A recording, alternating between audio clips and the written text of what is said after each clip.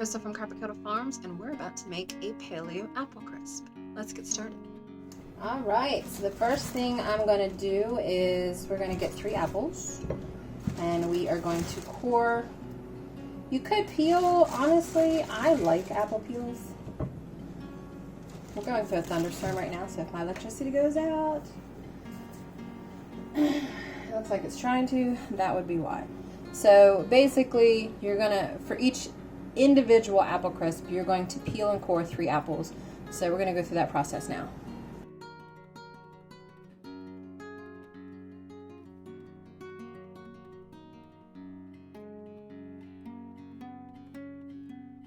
And then you're basically just going to cut these into small slices like you would see in an apple pie or an apple crisp or something.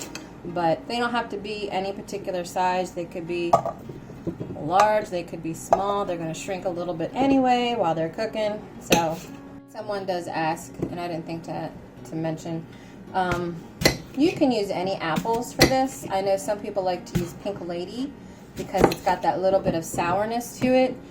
I just pick whatever apple either I have available or is on sale or is available at that moment.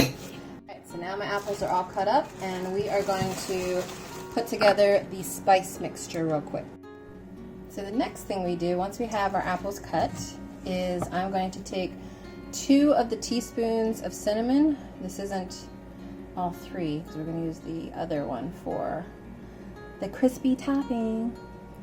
And we're going to mix that and the applesauce, which is 1 cup of unsweetened applesauce. And the reason I get the unsweetened, honestly, is because my dad's diabetic. It's not like he can eat a lot of this. Let me show you the brand that I get. I get this from Aldi, Jason. But he can still eat some of it, and it won't be like, it's not like, we're not using a lot of sugar. It's just natural fruit sugars. Who else uses old wooden spoons still? I love using old wooden spoons. I don't know why.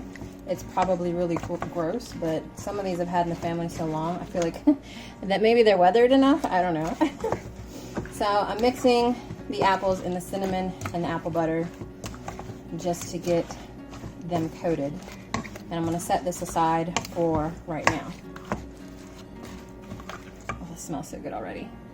The next thing I'm going to do is take the almond flour, which is like 1 3/4 cups, and the rest of the spices, which I'll link in the blog post below, and we're going to just basically dry mix those together.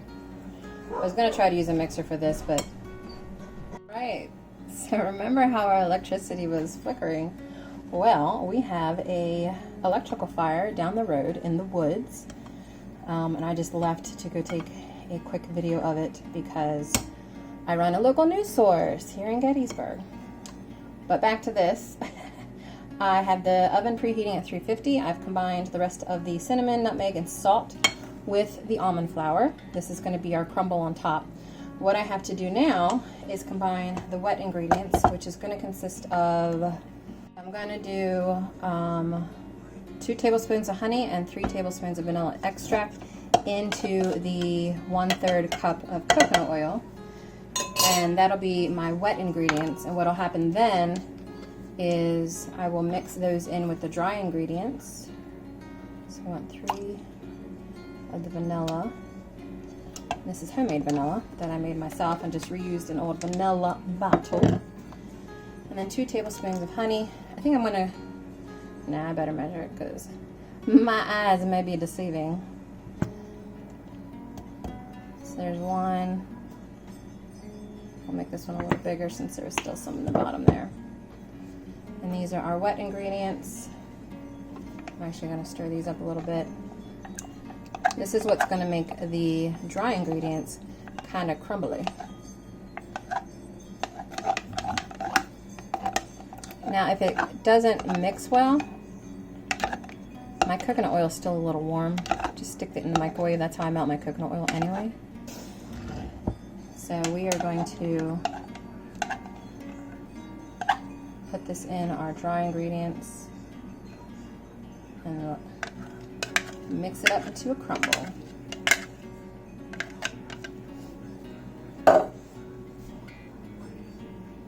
I mean, I probably could have mixed it up a little better. Do a better job than me, though, guys. You know, have aspirations to make better crumbles than I do. But use the same recipe because this is a really good recipe. So you see how it's kind of clumpy? You want it to be clumpy. That's what a crumble is. It's like clumpy, cinnamony, flavorful goodness that you stick on top of fruit things. Is pretty much it. So once it's fully clumpy, which this almost is, I'm gonna take just a regular pie pan. I'm not gonna worry about putting anything on the bottom because honestly, all that's on the bottom is the apples anyway. And I'm just going to put these in here, spread them out as much as I'm able. But again, all this is gonna do is bake and cook and be delicious. So if it's not perfect, like some people might lay these out in a certain order. I ain't got time for that. I'm a homesteader. As long as it tastes good, it don't really need to look good. My oven's ready to go, perfect timing. So these are mostly spread out. Now I take my delicious crumble. I'm gonna use my hands for this because I just think it would be easier to spread. And I'm just gonna sprinkle the entire bit on top. Getting in all the little crevices. Be generous with it. And what this is going to do, the oil and the honey are going to seep a little bit and it's going to crisp, but it'll mix in with this, at least the top of these apples nicely.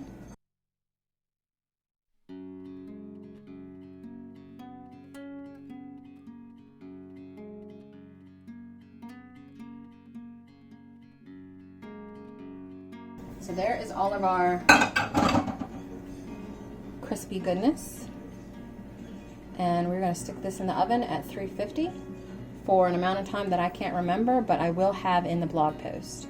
And then I'll show you guys what this will look like when it's done. I will probably make a batch of fresh homemade vanilla ice cream tonight as well with my ice cream machine and put that on top just to cut the sweetness. So I'm going to put this in the oven. Again, the time frame will be in the comments. I just don't remember it while I'm recording. So we got some homemade vanilla ice cream. And that is churning to go on top of our awesome apple crisp. I'm so excited. Alright, I'm going to show you guys what this looks like. I just took it out of the oven. And there we go. Delicious. So I went ahead and stuck it back in the oven for maybe 5 minutes just to golden brown the top a little bit, uncovered. So I've already seen it, it's bubbly inside, and we're going to cut this baby open and add our ice cream and see how we did.